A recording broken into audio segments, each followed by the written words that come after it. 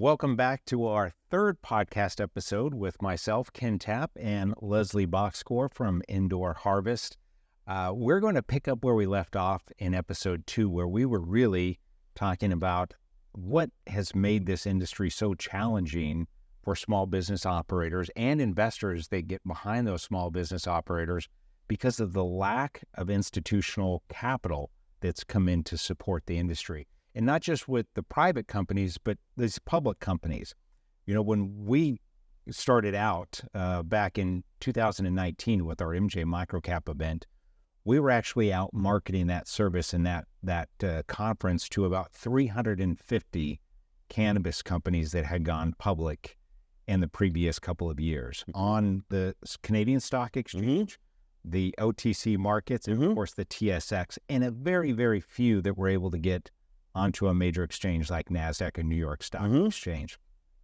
Well, fast forward through COVID, fast forward through the disruption of these 30 million new retail investors into the capital markets, which, let's not use disruption as a bad word. Disruption is good. We believe that the capital markets needed to have all of that infusion of capital at the retail level.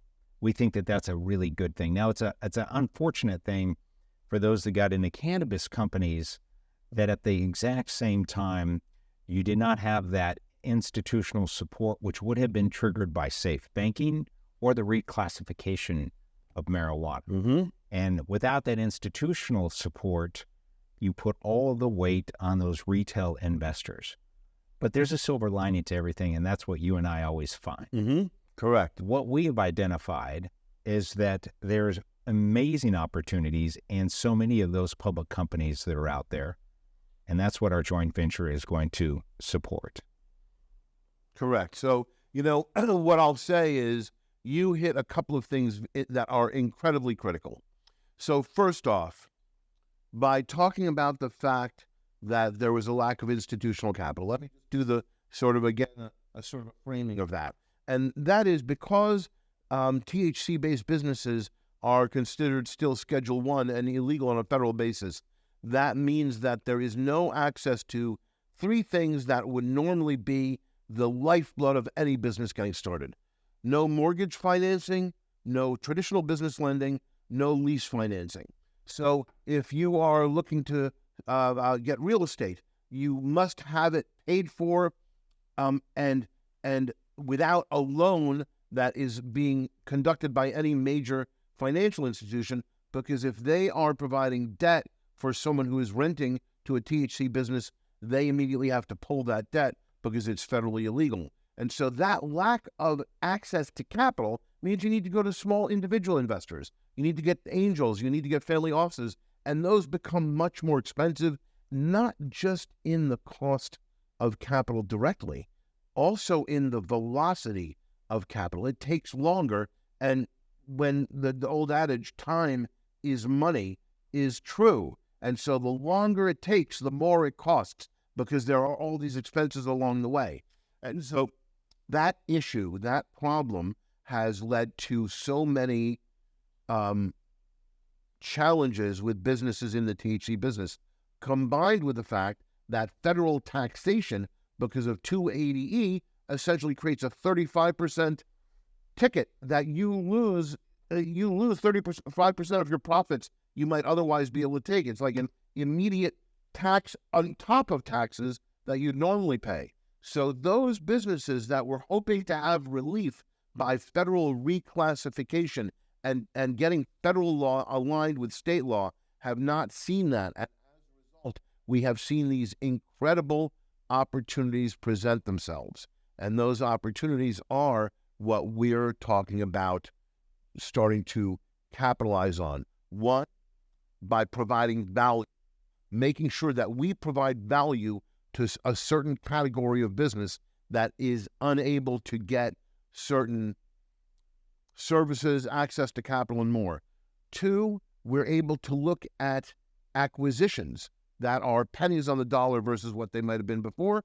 And three, when we provide value to these businesses, we're able to get interests in them without having to essentially acquire them the way we normally would.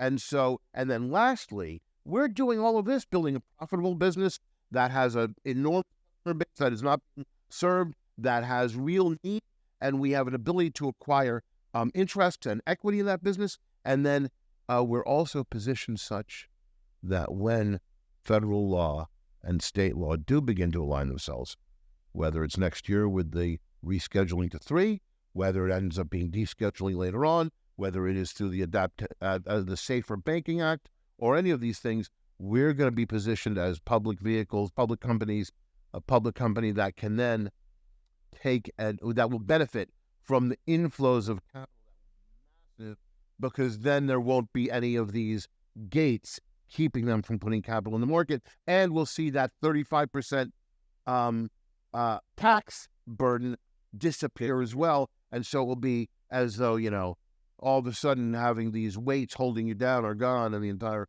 industry will flourish, and we'll be in a position to be in a pole position at that time to enjoy the benefits of it. That's right. For those who have followed along for the last couple of episodes, and for those who have followed along our careers together in this industry over the last, 10 years or so, what you know is that we always try to find the silver lining in things. And at the same time, because of my tech background and your experience in the markets, we're always looking for the problem that we can fix. And what we have identified is the ability to take our technology at MjLink and the relationships that we have with business owners in the industry through MjLink, and take that technology layer and add a brand new SaaS system that can go back to all of these public companies and some private. There's some good private companies out there, but let's not paint a rosy picture around. A lot of the private companies out there have been forced to go back into, in part, some gray area of the industries that they're operating in, or I should say the markets they're operating in, because of this taxation and this problem and to access to capital. So what we've been able to do, and being out here in Las Vegas at the MJ BizCon is a great example. When we go to the larger events like this, where we can see all of these businesses, it's very clear to us, we've been in the industry long enough to know who's in the gray area and who's in the white area and who's really in the wrong area altogether, to pick the best opportunities and the best companies. And literally, there's no other industry where I think we could be in the middle of, with the experience that we have and the relationships with business owners, especially in the public markets, to be able to pick the best companies to bring into our joint venture agreement, or joint venture business, I should say, and provide with that technology layer, provide with the consulting layer to provide access to better capital, and to be able to take, and this is the important part to our shareholders, to understand that we are taking a position in this large vat of businesses that are out there that are operating where we believe in the right area, that are completely undervalued. I mean, some of these have a market cap that's smaller than the amount of capital that they have in their bank account. Correct. Right? I mean, what other industry can you find that? You can't. Correct. And then for us to position ourselves with these companies, not just provide them with all the support that they need on the tech and the consulting side, but to position ourselves where we have a portion of ownership in a large group of companies out there, so that when things change, and they're coming, the change is coming, right? Reclassification is coming. Eventually, banking has to change. I think this is an important topic we should talk about for a minute. Banking has to change, because banking, by not having safe banking, and that's a key word in there, is safe. Yeah. It has forced many of these operators in the private side to go ahead and go back into the illicit market. Colorado is an example. This last year, Colorado sales, cannabis sales, have at the cash register have dropped 50%. 50%. Now, that's not to say that everyone who jumped onto the cannabis bandwagon and started becoming a consumer in cannabis since 2014. What Ken is saying is, it's the sales at the receipt for the regulated businesses dropped. What's very important to keep in mind there, actual usage increased. Yes. But the retail sales at the regulated businesses dropped. Why? Because the regulated businesses aren't competing with each other. They're competing with the black market. And this is happening all over the country. I was told that New York City had something like 2,500 illegal dispensaries. Yes. Which is just outrageous.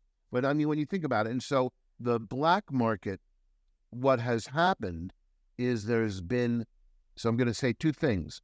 One, the regulatory disconnect of federal law and state law being at odds with each other, and the many different unintended consequences of that have led to the black market being the biggest it's ever been. So instead of getting rid of the black market, we've actually made it larger.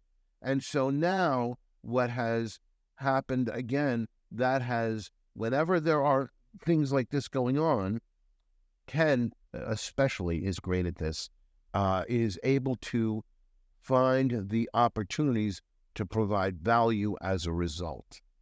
Because when there are problems, there are solutions. And then those solutions, if we can provide them, and Ken is a systems thinker. He sees things not just as a single solution. He says, oh, this is a solution that will apply to this many tens of billions of dollars in businesses. And he looks for technology solutions and other solutions that can appeal to all of them. And then it's just a matter of being able to deploy and get those solutions out there that provide real world value.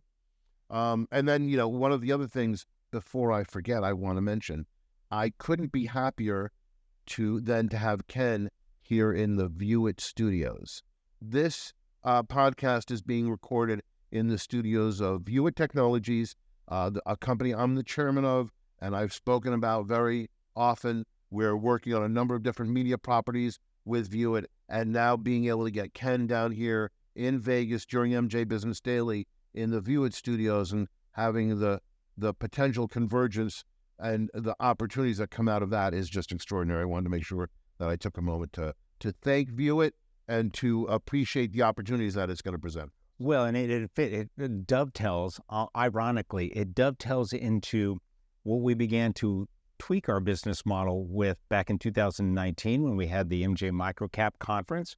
And having a physical conference is great. The MJ BizCon is a good example of bringing people physically together. And there's a lot of business and energy that comes from that, and an enormous amount of education that comes from it. But in 2020, when COVID set in, we moved into a virtual conference platform, which is our MJ Invest platform. And to be able to have now this come into part of our product offering on the IR and the PR side, as we bring in more companies that we end up having a position in, but more companies under the fold of our joint venture agreement is really exciting. And it's literally serendipitous as far as I'm concerned. Our shareholders know that a few years back, we decided to go all in on video podcasting and shareholder updates and really, put a lot of effort and time into getting some great videographers and a great place to do interviews. And in fact, not just with what we're doing here on the MJ side, but the things that plenty more. So more tokenomics, artificial intelligence, cryptocurrency, decentralized finance, the convergence of all these things, real world solutions. Yeah. All of these things are things we're going to be able to look at, and something that is just extraordinary. And I consider myself so fortunate, and all of us so fortunate, is all of the intellectual property, all of the proprietary knowledge, all of the relationships that I was able to build at Electrum Partners, working with Decentral Life, working with MJ Invest, MJ Micro, and everybody else for those years. Now, all of these things are coming to a convergent point where they're all going to be able to work together. It's taken time. I always say patience is power. We have been diligent. We have been steady. We have been patient, and we're making sure things are done the right way. Measure twice, cut once. And now we're actually getting to some very important cusps that we're going to be able to negotiate and navigate that are going to be fun and we believe extremely rewarding, and provide real value to business people, to entrepreneurs, to investors, to operators, and even to some of our philanthropic work to regulators, policymakers, and more. And it's not going to stop with just the cannabis industry. Correct. Right.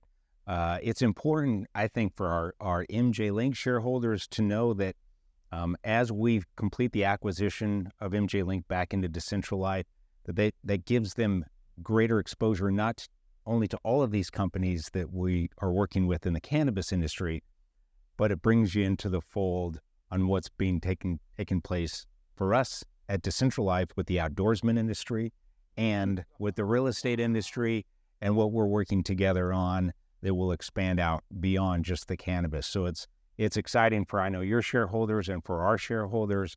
And I think we'll leave it right there, move on to episode 4, which we'll get into some more details on how the joint venture is going to be able to bring that additional value. But we wanted to spend the first few episodes here really explaining the problem that we're solving and the problem that the industry and our policymakers at the federal level and even the policymakers at the state level, I think have unintentionally created, and then we're going to come in with the solution. And I want to add one thing that it's something we didn't discuss beforehand. Yeah. And that is the View It Web 3.0 blockchain-based platform, publishing platform, and how channels and networks get created that combine so many solutions in one place, and how we'll be able to also work that into it as well. Again, the opportunities are going to be a lot of fun, but we're taking our time, and I am so looking forward to the next episode,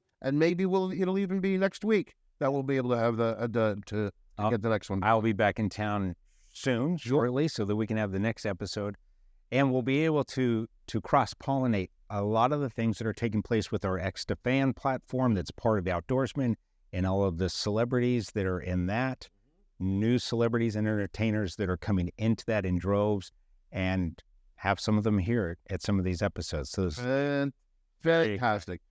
Ken, thank you so much. Thank you. Everybody, thank you so much. I'm looking forward to the next one. I'm looking forward to seeing some of you at the conferences and at the events that we're going to be able to attend and participate in.